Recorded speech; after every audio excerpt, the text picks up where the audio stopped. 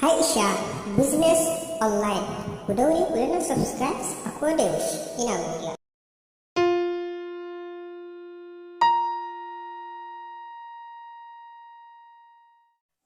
Kalli yadda tattaunawar ya tsakanin shugaba Buhari mai mulki da Tinubu wanda yake neman takarar shugaban ƙasa a Najeriya.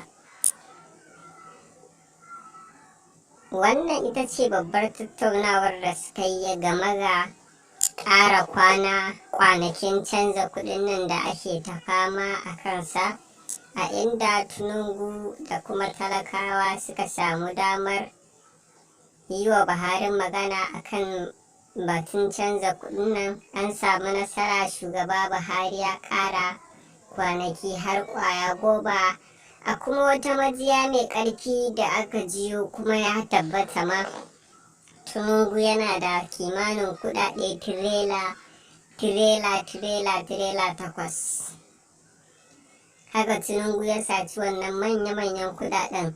A can baya in ba ku manta ba, Tinubu ya yi gwamna a Legas. A Legas ɗin ma da ya gwamna, tabbas Yarbawa ba wani sansa suke ba, barantana kuma a yau da yake neman shugaban ƙasa a Najeriya. To abinda dai ya kasance kenan. Wannan wani babban masoyin Tinubu ne, wanda saboda son da yake mai yaje ya yi tatu ɗin Tinubu a bayansa da kuma jikinsa duka.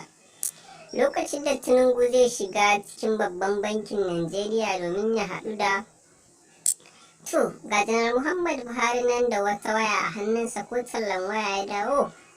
Goodluck Ebele Jonathan, tsohon shugaban ƙasar Najeriya kenan, ga kuma Janar Muhammadu Buhari lokacin da yake yin magana lokacin da gwamnoni suka sa shi a gaba. So sababbin kuɗin da zamu da aiki da su. Subscribe to my channel.